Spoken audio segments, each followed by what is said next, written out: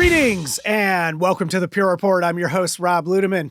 It is time to bring the orange, and this is episode 3 of our special launch series. That's right.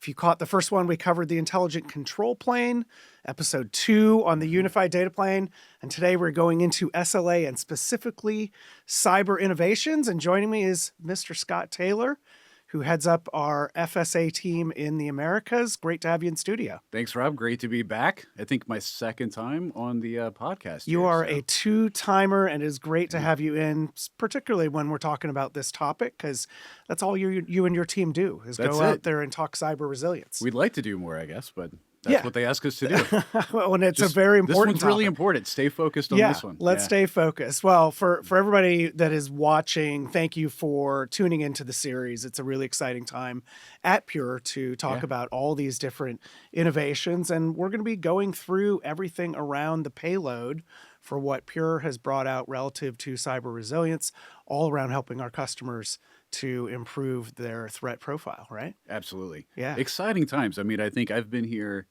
about a year and 4 months, and the amount of new partnerships and capabilities we've brought out is just amazing in a very short period of time. And that's really fun about this space, right? There's things that Pure is doing with the technology that we can develop and focus around improving security and areas of data protection.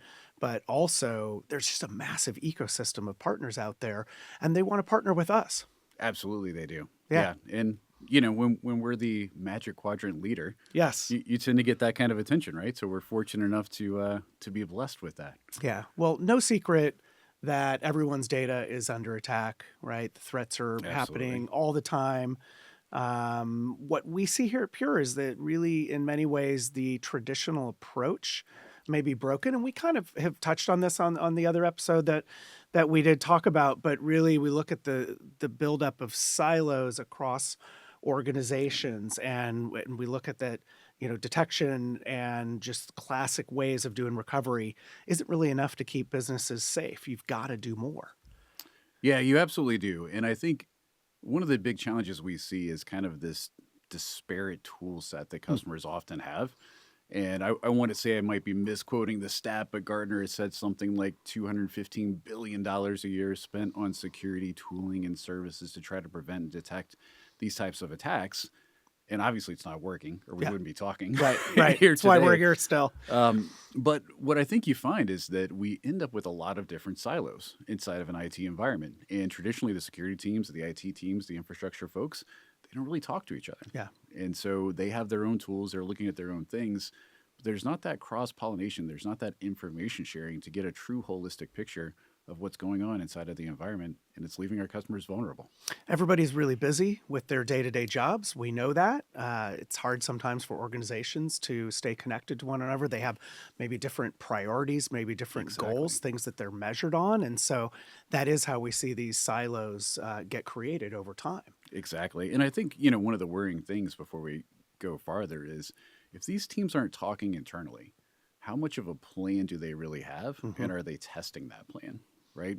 It's kind of unlikely that they're actually keeping it up. Maybe they had a big offsite one time and got together and put something together. But we all know that especially as much as things change, as soon as you have a plan, it's kind of outdated the next day, right? Yeah. Especially in this world of constant deployment. So very interesting things to dig into. Great point. Well, one of the things we've been doing with the new video series, since I had you on before, is we got a stat of the episode. And so one of the things that I dug out from one of the IBM security reports is that organizations spend roughly 258 days on average recovering from a cyber attack. And that's on average. That means maybe some are fewer than that, and certainly ones that go longer than that. That's a long period of time for people to work. And there's probably a cost that comes with that as well. There's a huge cost that comes to that. And I think before we even move on from that stat, a lot of times you hear about people that are down for weeks. You don't hear as much about months. So you say, well, how is it 258 days? And the reality is what you see is oftentimes the external facing systems, right? The most critical systems that they're able to get back up in weeks now, but that's not the full process, right? So they're down for this 258 days, actually recovering all the other low priority applications, doing forensics, trying to figure out who got in where. But when we start to talk about cost, I think we mislead people a little bit on this. Why is that? Well, because there's so many attacks that Okay. happen, hundreds and hundreds that happen.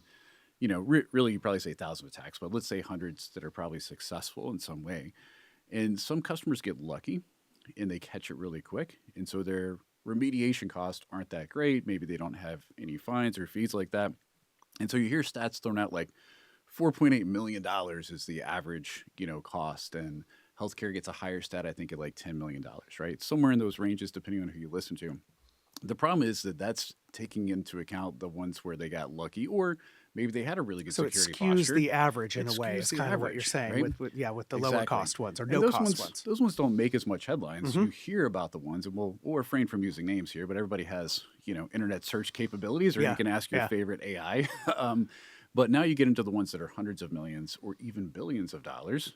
Those are a little more rare, but they've happened, right? Where you've had multi-billion-dollar losses from these kind of things. And if you're not prepared, you're going to be on the higher end of that estimate, right? Not the lower end of that And that's estimate. what we want to help organizations them. avoid. Yep. What about the reputational impact? I feel like that was something that I talked about more Yeah. when we were talking cyber about 5 or 6 years ago. Still a factor, Yeah, not a factor? What's changed there? I'm going to say not as much a factor. Okay, interesting. And it's probably a miss there too. But I think that customers are like, well, everybody's got hit. Yeah. Everybody gets hit. If it's happening to everybody, It's happening to then, yeah, everybody. What are yeah. you going to do? If everybody's special, nobody's special. Exactly, That whole thing, right? Like I like to say, if everything's a priority, nothing's a priority, That's right. The same Yeah. kind of thinking. Even the Federal Reserve recently, now they're obviously looking at banks, not necessarily a cyber posture for customers, but they're actually removing reputational risk from their examination Interesting. programs. Okay. And I think that's really interesting. But here's why it's a little bit of a miss, in my opinion. Because yes, maybe your customers just don't recognize it, didn't see it, but I guarantee your employees do. Or your potential employees. Maybe Good it's a point. bigger one, right? Right, So if somebody's researching a company, because that's what top performers do, they might think twice about joining your organization if you've been susceptible to one of these major breaches, right? They're like, yeah, maybe that company doesn't take this kind of stuff seriously, and it's not a place that I want to be. Yeah. Another outcome that we hear from breaches that can be challenging or a risk, fines. Risk of losing course. jobs, Yeah. companies getting fined, individuals Yeah. getting fined, even something that we've maybe heard about. How is that still? It's still factor. there. It's still there. Yeah. I think in Europe, and I cover our America's theater, but there's still some financial institutions that are subject to something like a DORA. Okay. And there's a lot of speculation that a DORA-like regulation will make its way over to the U.S. But I think you're talking something like 1% to 2% of revenue, right? Depending on the situation, even individuals may get fined in some of those cases. So those are pretty significant and steep fines if you're not, basically keeping up with your cyber posture and you get hit. You mentioned briefly, I think, the risk of job loss. Yeah. When you make headlines in a negative way, somebody's probably losing their job, right? Yeah. And it could be at high levels. It could be at the, It's, at the, the CIO, the entry CISO, levels, yeah. somebody's probably Yeah. going to go. There's usually a scapegoat, Yep. right? There's going to be Usually. somebody down on the lower end of the chain that's going to get blamed for this, that loses their job, maybe to save the CIO. And I want to go back to the employee impact, right? Because a lot of times we do focus on the financials, and those are huge. But I've read multiple stories where companies have had employees, sometimes hundreds of employees, that have been burning the midnight oil, basically working 24/7 for multiple weeks to be able to recover the business. How many of those employees, Rob, do you think are going to be loyal to that company Yeah. after that, right? And if they're really good ones, they were probably raising the alarms early. They were probably ignored. They're going to start looking for jobs elsewhere, right? So a lot of this doesn't just come down to your today and the financial losses today, but it may impact your ability to retain or even attract talent. And I think more and more having good talent or top talent is really critical to the company's future success. Yeah. Retention, being able to attract good Yeah. employees. These are not always talked about when it comes to the impact of, we focus on all the fines and we focus on the risks and the cost of downtime and the reputation. But really, when you get down to it, our businesses, organizations, they're made up of people. Companies are made up of And, people. and Yeah. people who have to work tons of hours to fix something after a breach will get frustrated. They're going to get frustrated. So Yeah. I think we should, I'm not saying that the other stuff isn't important, but I think that's an often overlooked factor. It's all important. And we Yeah. care very much here about the human elements as well. I Absolutely. mean, that's one of the reasons we design and build the solutions that we do is to manage some of those human challenges that are out there and solve for them as well. Exactly. So let's jump into the payload relative to the launch. All It was fun right. to hit some context there. I love Yeah. doing that. Really exciting announcements and innovations that we brought out at our Accelerate New York City roadshow a couple weeks ago. And so we're just kind of touching in on those, providing a little bit more context, a little more detail for people that maybe missed that event.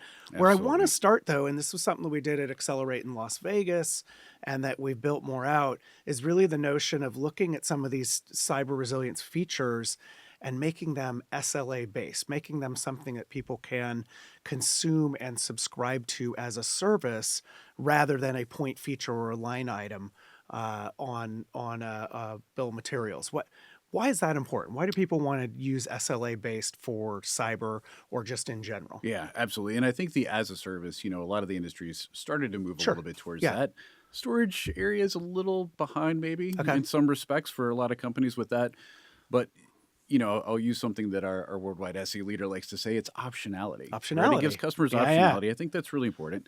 And depending on a customer's risk tolerance, they may want to take different approaches. So let's take, for example, perhaps a smaller customer. We have like a cyber recovery SLA that they could do. So if they do get hit with some kind of attack, we do extend it to DR too, not just ransomware type events. We can actually ship them gear. Now that might fit perfectly fine for them. Is it instantaneous? No, but we're pretty fast about Mhm. getting there. But there's going to introduce some kind of delay waiting for equipment to show up on site. If you're a little bit larger customer, you may actually want to have a smaller subset of infrastructure that's available with your most critical data on it. And then if things do go bad, I'm actually going to quickly get and expand that infrastructure for my recovery efforts. And we have that flexibility to do that as a service with our customer, kind of pay for what you actually need at the time that you need it. You also mentioned SLAs, Yes. and I think that's a really important thing. A lot of our industry works on SLOs or objectives. We might Yeah. get to it. We're going to Yeah. try our best. We're going That's to try our our goal. hardest, That's our right? stated target that we're going to get Exactly. there for you. And I think the SLA thing is very important. We are willing to sign up, right, with our own financial backing that if we don't hit this SLA, we'll make it right. And when you get in these situations, you don't need somebody to give you their best effort. You need to have some kind of assurance Yeah. that you're actually going to get what you want for. And then that last point is just flexibility Yeah. that as a service gives you. Things are changing quickly. I was recently at a customer's executive forum, kind of a really nice event that they actually put on. And one of the things that a couple of the executives said is like, they kept talking about AI and they're like, a year ago, we weren't even talking about agentic AI. Yeah, And now it's right? all we're talking about, Yeah. right? Yeah. Yeah. Things change really rapidly. And I think AI is obviously increasing the pace of that change. So having that flexibility to scale up, to scale down, to add, to take away whenever you need it is really critical for our customers going forward. Very dynamic business environment. Yeah, it's one of the best ways to tackle risk, right? Because all these things that you're talking Yeah. about relative to a new technology that came like agentic AI, right? You're just tackling risk. And if you're locked into something that you are paying for, that you are depreciating, that's there, you don't really have the flexibility to change, right? You really You're don't. stuck with that strategy and having something that's SLA based, A being agreement, right? We Yep. will meet those conditions. We will, meet that or we will fix We gave it the it. college for- try. No, Yeah, no, no. we did our best. We No, did no, our like best. that's an agreement. We Yep. we said we would meet that for you. Great point there around SLAs and around it playing to cyber. All right, let's hit the challenges and why we continue to focus on this area. Why we're bringing out great features as well as capabilities with our partners and our alliance partnerships. Going back to what we discussed kind of up top, right? What we see is sort of a siloed approach. We see very much a lot of fragmentation in how systems and teams deal with cyber. It can lead to organizations being disorganized, disconnected. What happens then when there is failure in an organization? You talk to a lot of Yeah. enterprises, a lot of companies. When something goes wrong, a lot of finger pointing, a lot of blame. Like, what does that look like if it's not running right? Yeah. I mean, if customers don't take, let's say, an assume breach approach, Mhm. those are the customers we talked about earlier that, hey, that average, but that average, isn't the real story for a lot of customers. It's hundreds of millions. Yeah. And they're down for weeks. And those are the ones that don't take that approach. They assume that they've invested enough in their security tooling. And those tools, I'm not going to say they let them down because that would be, probably wrong in saying that. But the adversaries are constantly updating what they do, their tactics, techniques, and procedures. And you've heard me say this, I think, before. As a defender, you have to be right 100% of the time, right? Your adversary only has to be right once, Yeah. right? So they're going to get that puck past the goalie at some point. Now you got to go to recover, and if you don't have a plan, so let's take a great example here. What are our communications like? Like we don't have rotary phones or things like that anymore. Pagers. Even maybe pagers. So not a mass page. Yeah. Everything's digital, right? And so if you don't have a communication plan and all of your digital communication capabilities are compromised, you don't have email, maybe you don't have your CRM system where you can contact your customers, how do you coordinate your recovery efforts, right? If you don't have a plan, you're going to be in trouble. And I think the other challenge that we see a lot is going back to the plan. Customers have focused for so long on traditional disaster recovery. And we see this with a lot of customers, amazingly. They don't often understand that cyber is fundamentally different than recovering from let's say, I'm from Atlanta, a tornado hits your data center or something, right? Which is absolutely a DR event. Absolutely a DR event. Not... Cyber's a little different, right? Not to say that the tornado didn't have some kind of malicious intent. Sure. There is a parallel. There is, but our threat actors do, right? They're coming after your data. They're coming after your protection copies of your data. We've seen this actually with customers where, we have great capabilities to protect our customers, but if they don't use them, then there's not much we can do in that case. And we've actually seen the threat actors come in. They know about traditional replication. They know about snapshotting. They know about backups. In almost every attack, they go after these things. And now it's a disaster, and that's where it takes you weeks and weeks to try to recover, if you even can. There have been instances where companies have just had to give up. They couldn't get their data back. Yeah. Well, the tornadoes only happen every once in a while, too. They do, And you can kind of see them coming. Right? As long as you pay a little bit of attention, right? Whereas you should know that. The attacks are relentless, right? They're coming nonstop, every day, every hour, every minute, and they're getting more coordinated and they're getting smarter. We'll touch on the smarter start maybe towards the end. And so, again, we're here at Pure. We think a little bit differently about this. We have the notion of an enterprise data cloud, what we want to help our customers to realize via the Pure platform. We've had built-in security from the start, right? Encrypted data at rest. That's been a hallmark. We covered that in this podcast on the 15 Architectural Decisions series with J.D. Wallace and Andrew Miller, but also that the other layers are very interconnected, right? That you have this connected threat detection. The key word being connected, right? Connected into things, not just, hey, we saw something happen. And then further, dynamic response, right? The ability to actively respond in real time and to recover. And you mentioned one of the recovery SLAs that we have, which is a great one. But this is what your team always goes and talks about, right? For me, this is layered resilience, right? Providing those different layers that give you that broad spectrum of detection, of action, of recoverability. Absolutely. And let's back up just really quickly, the built-in security, right? I'm not going to go into too much depth. We did have some announcements around that. Sure. But, you can't have a platform if it's not secure. Right? To start with, right? Exactly. Yeah. And you want it to be secure by design. You don't want things to be bolted on afterwards. You want to think about this from the start and ensure that it's a safe platform. It doesn't matter how many cool features you have if all your data's gone or somebody can easily compromise it. So I think that's a really important part that's out there too. And then I think we're going to get a little more into some of these things too, but connected threat detection, this goes back to one of the things we said earlier. IT teams often have disparate tools, right? And they don't talk to each other, or they're not maybe set up sometimes to talk to each other. And everybody out there is looking at their own tooling. They're not sharing that information back and forth. And we believe in something different, right? We think that it's really important to have a strong ecosystem, and this ecosystem needs to be sharing information bidirectionally so that we can actually correlate all of this. Otherwise, an event that happens over here, if you have no idea that it's related to something over here, it may actually look normal, right? You've heard the old saying, living off the land. A lot of these threat actors are using your everyday tools that any user or admin user would use. So if you can't correlate a lot of this information together, you may not understand that there's actually something going on in the environment. Yeah, very true. Let's dive into some of the launch payload items then. And since you're on that connected detection, one of the greatest things that we can do to extend our capabilities is to connect with a great partner. And so with this launch, we're really excited to talk about some of the work that we've been doing with CrowdStrike, and some of that's really deep integration work that we've done. Yeah, it really is. And this is actually goes a little bit to the bi-directional thing. Hmm. So, CrowdStrike has this great threat graph that they've built, part of their security cloud.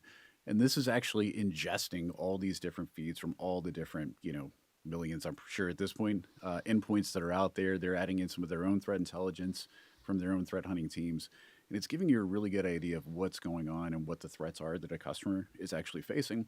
We're now actually tapping into that threat intelligence to see what's relevant for our Pure Storage customers.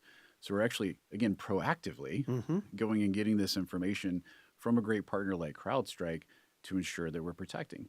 And then we want to be good partners back with CrowdStrike as well. So we're feeding information into their Falcon Next Gen SIEM platform where we see things that are going on inside of the Pure environment. So oftentimes these security tools don't get into that storage layer. They don't really Right. have visibility, or maybe a storage vendor has some kind of detection on their own, but are they actually sharing that with the broader ecosystem for that broader correlation to actually understand that there's a real event? So that's one of the great things we're doing with CrowdStrike. We're getting nice threat intelligence from them. We're also passing back what we see from our perspective so they can correlate that with other events happening in the environment. I think that's a common thread that you'll see with any of these alliance partner integrations that we've Yeah. done is there are so many different things that we're doing within the storage environment where we're detecting anomalies, where we're looking at things that are unusual, but Yes. then we can share that, right? And we can make the whole spectrum of that detection area even stronger, Yeah, right? absolutely. Yeah. And we're doing that as well with Superna, right? So Superna, Yeah. another prior guest on the audio podcast here. What was a fun one to have on. I think we had their CEO Alex on from Superna, but we've got even further capabilities that we've extended via this announcement. Things are just getting better with the Superna relationship. They are, and this is a relationship that's happened, during my tenure, right? Right? Not Yeah, not something you've that been we here even for this. Yeah. had in the past, and so we're continuing to fight that. So, as Pure has really moved into, let's call it, more of the unstructured world and become a major player in the unstructured space, that's a lot different method of protection often than what you have on your traditional block storage type environments that are running an agent, of some sort on there detecting things that are going on. So you really have to be able to look at these systems, and these systems are massive. So you need a partner like Superna that can work at scale, that can give you visibility into what might be going on in that environment, correlated with other events happening out there. One of the things that we're working with towards them, and still a lot of progress to go, but it's not just people coming in and encrypting your data. It's often a double extortion type thing, right? Where they're actually trying to exfiltrate your data. Yeah. So what can we do with great partners like Superna to actually start to monitor and look for some of those events that say, hey, there might be some exfiltration going on here. And if we do see something like that, or even somebody just trying to put malware on top of the system, let's cut that access right away, Yeah. right? Whether that's killing an account, cutting off a share, whatever it might be. Let's at the very least try to limit the spread if it's already gotten to that far, and hopefully we can actually stop it before it breaks out and does any real damage. Yeah. Super exciting to see that Absolutely. that relationship Great continue partnership. to evolve. We are doing things internally at Pure with new capabilities. You just mentioned malware, right? And so we've announced real-time malware scanning, right, at the storage layer. Yep. Super exciting. Another profile that we can add into the solution. Absolutely. Again, as we're storing these things on top of Pure now, and they're not, there's no other external endpoint, Yeah. that's out there to be able to scan and look for these type of potential malware threats. We have to have this inside of our box today.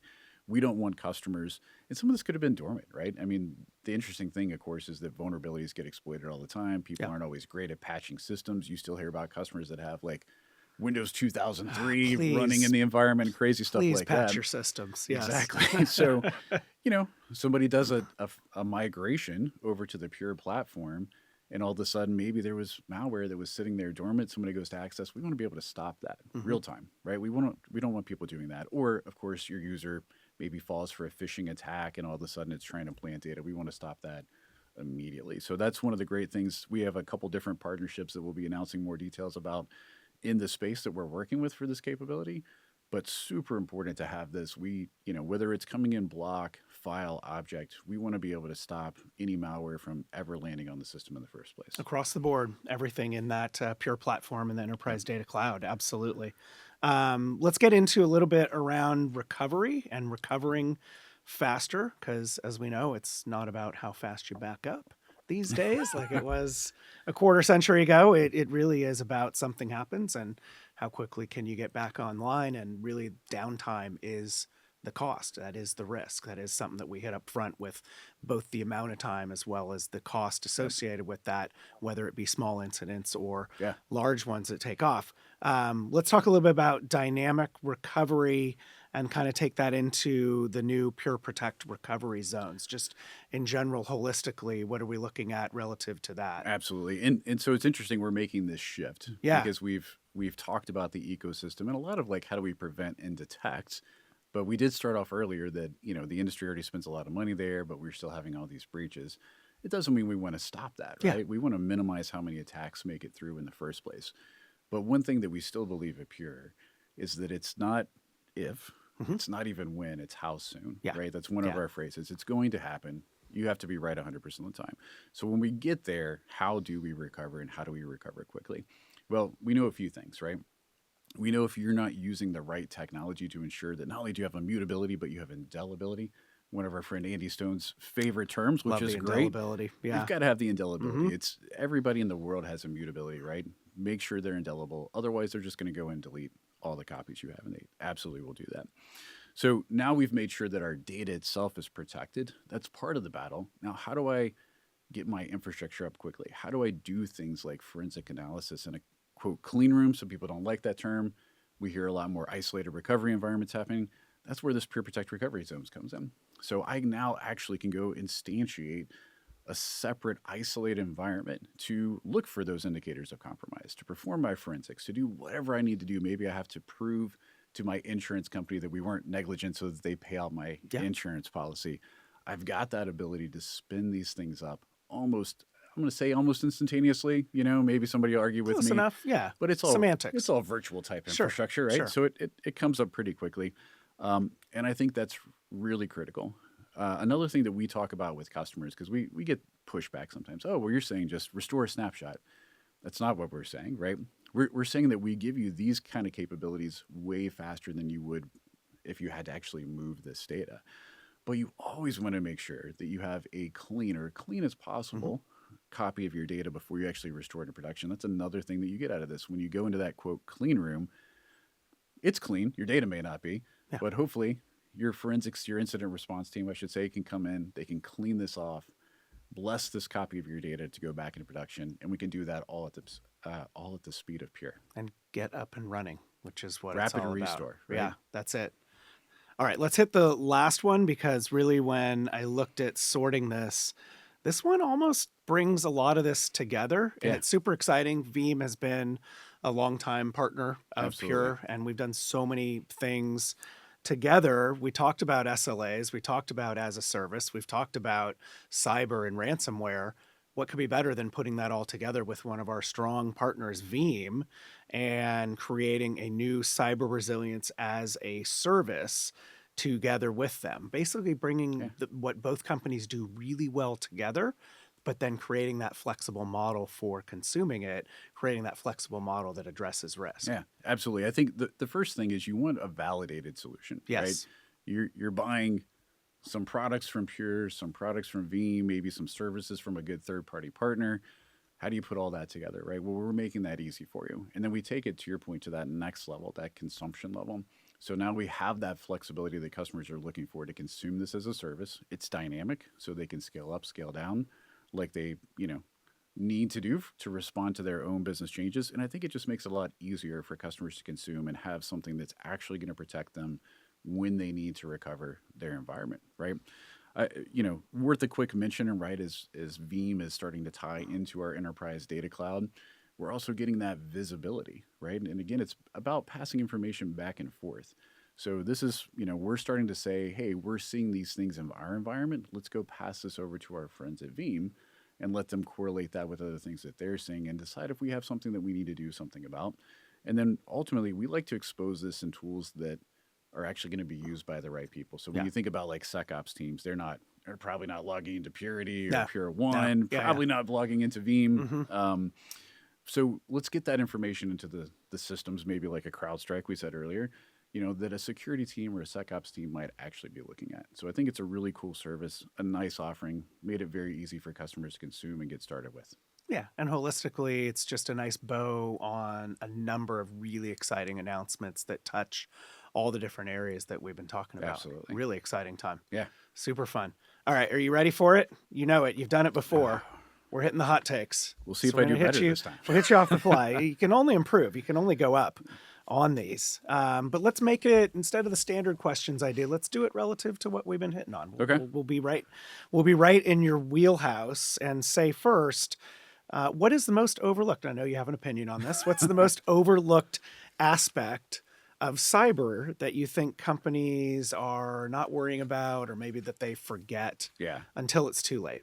Well, there's a lot of ways that we could go with this, right? Obviously, there's many things that are overlooked. That's why we still see the headlines every week. Yeah. I think, I'd be remiss if I didn't say the indelible data copies again. Okay. If your data isn't protected, it doesn't matter how fast you can restore, right? You're not going to get your data back. But I want to go back to something that I've kind of hit on a couple times, and it's that lack of planning and testing. Customers, again, they may have that DR plan, but they haven't often updated it for a cyber event. And it's not to say that there's not crossover. There is crossover in those things. Maybe your communication plan is still relevant, but you have to think about what the actual threat is. You have to add that into your planning, and then you have to test it. If you don't test it, you don't run through these either tabletop exercises or real exercises, you're not going to be prepared when it happens to you. And unfortunately, right now, we have to say it's guaranteed that it's going to happen to you. Yeah. No, it's certainly easy to put the plan together and put everybody in place and to build it, but it is a little more time consuming to actually test and do it. But if you don't do that, how do you know how to react when? Yeah. You don't want to be one happens? of the headlines. No. Or at least you don't want to be one of the headlines for weeks and weeks because you're still down. That's right. Right. That's right. Or have people very frustrated at the other end who are not able to access said company services. Okay. Number 2, and you've alluded to this, so it's interesting. We're hitting this one. What's the biggest cultural shift that IT orgs need to make to move from being reactive to proactive, basically anticipating? Again, kind of related to that plan and that testing. Yep. All these are interrelated, but culture is a difficult thing. That's something that's more challenging to shift. I'm going to give you a little bit of two answers out of this. And one is something we hit on earlier. Security teams, infrastructure teams don't often talk to each other. They've grown up differently. Sometimes the infrastructure guys are like, security's always holding us back, telling us, no, we can't do everything. And the infrastructure guys, they're just, they don't patch their systems. They don't take security seriously, right? So those teams have to come together, right? It does go back to the planning. They have to come together. I think the other part is it's important who you partner with. Okay. If you're not looking for a vendor who's trying to build a strong best-of-breed ecosystem, I think you're looking at the wrong kind of vendors, right? You want to partner with organizations that recognize no single company has the answer to all of this, right? If they did, everybody'd be writing them a check, but nobody has it. So look for organizations that are proactively building integrations, that are proactively sharing information to help build more of an end-to-end resilience type solution. Those are the companies that you want to partner with. So I think it's both an internal thing and also who you partner with are really important. Yeah, nobody can do it all, right? So don't try to do it alone. Exactly. Right? Partner with somebody that is partnering with others. Makes a lot of sense. All right, the final one. This one is really fascinating, right? Because we know that AI is affecting everything out there. And certainly I'm a little worried, right? When you think about the effect of AI, and you go back to how ransomware has become more of a business for the bad guys. Yeah. And so does AI make that easier? But let's look forward. How is AI influencing then this game? I have written here the cat and mouse game between attackers and defenders, because that's really what it is. The defenders are trying to keep up, and the attackers always are getting ahead. And now they have these really powerful tools at their disposal to go and try to extend that gap where they stay ahead of the defenders. Yeah, I think it's interesting because every business has to have an AI strategy, right? And I think that includes our cyber criminals. Business, right? there. Yeah. In fact, I want to make sure that we meet our quota of saying AI during the podcast today. We hit agentic AI Did we? early, so Okay. now we've absolutely So we're touched good. it. Yes. So it's interesting that we talk sometimes about AI being a future threat. Hmm. Recently, I was reading an article actually about it, but there was a recent study from MIT and Safe Security, I believe. They looked at close to 3,000 attacks, and they found that in 80% of them, AI was already Hmm. powering these attacks So it's in here. some method. It's already Yeah, here, it's here. right? It's not the future. Yep. AI is today. It's going to get worse probably, but it is today. So I think that, one, you have to think about what are your AI capabilities, Yeah. right? So back to who do you partner with? Are you partnering with people that are building AI capabilities to be able to keep up with this? Because one of the things that machines are better at than humans is going really fast, Yeah. right? That's why companies love them. They don't take vacation, right? They don't Hmm. need bathroom breaks. They don't need lunches. So you have to be able to keep up with that. But I wouldn't take humans out of the loop, Yeah. right? I think you have to have really sharp, smart, cybersecurity focused people, not always just cyber, but throughout your organization who are constantly looking at this. Because, like you said, it's a cat and mouse game. The threat actors are always enhancing their tactics and procedures, right? The old TTPs. Yep. Um, and you have to have your teams constantly doing the same. So it's really a mix. You need to have the right tooling in place, but don't forget about the humans. The humans still need to be looking at this, making sure that we're actually achieving the right outcomes. Yeah. Common thread throughout the episode. Absolutely. Don't forget the humans. Don't forget about the people. Don't forget the people. The people are important. Well, great job on the hot takes there, as well as taking us through the launch payload and just kind of covering that at the right altitude. I think for people that are tuning in, let's wrap, and maybe this is a summation of many of the things that we talked about, but really for viewers, for listeners, a key takeaway, like when I'm Scott and I'm going out and I'm just kind of talking in general to organizations that I have a relationship, and they go, all right, what do I need to know? What do I really need to think about that kind of pulls everything together? Yeah, I think one of the things from Pure that our philosophy is we don't want to see this be a siloed, fragmented world. Yeah. Right. That is how we've gotten to where we are today with basically successful attacks happening all the time. We've got to have that, connected detection, but let's just say the power of a connected ecosystem, Yeah. right? I think that is a really important thing. And you want to look at somebody who's taking a proactive approach to it, right? It's not just sit back and wait for things to happen, not sit back and wait for, somebody to drop a malware payload on our system and react to that. Let's be proactive. Let's be hunting and looking for these things, and let's talk to the other systems who are really good at what they do, share that information, so that we can all come together and actually try to prevent this from happening. Yeah. And ultimately what we're saying is we're here to help. We're also here with others, right? Absolutely. That are very invested and interested in solving the problem, that are partnering very closely with us. And we're not saying that only we alone can solve it. We're doing it jointly, and we really want to work closely with everybody to improve their security posture. Absolutely. This is just like AI does get a lot of attention, right? Yeah. And there's a lot of things with AI, but cybersecurity is really everybody's problem. And I think that's often overlooked or looked at as, well, it's an IT problem. And I can guarantee you, when you get hit, it's not just IT. It's going to be part of that problem. So let's all come together. It's a real world issue. Let's help everybody solve it. I love it. Great summary. Thanks for sharing your thoughts today. Loved having you on this launch episode. It worked out. Yeah, it did. We got you here. Thank you, Rob. I No, appreciate it's really it. great. Thanks, Scott. And hey, thank you for checking out this special launch edition, episode 3, covering our cyber innovations and our partner announcements. If you want to learn more in detail than what we covered on this episode, you can check out purestorage.com/launch to get all the details around the cyber announcements there, as well as what we covered for Intelligent Control Plane, for Unified Data Plane. It's a super exciting time right now at Pure and with our ecosystem of partners, and we would definitely love the opportunity to chat further with you. But if you have enjoyed watching this, thank you so much for tuning in. As always, if you're a regular watcher or listener, tell a friend, tell a colleague, share the show around, and that's how we get to keep bringing the great guests like Scott onto the program. And so with that, we will wrap for Pure Storage and Scott Taylor. This is Rob Ludeman saying, don't look back. Something might be gaining on you.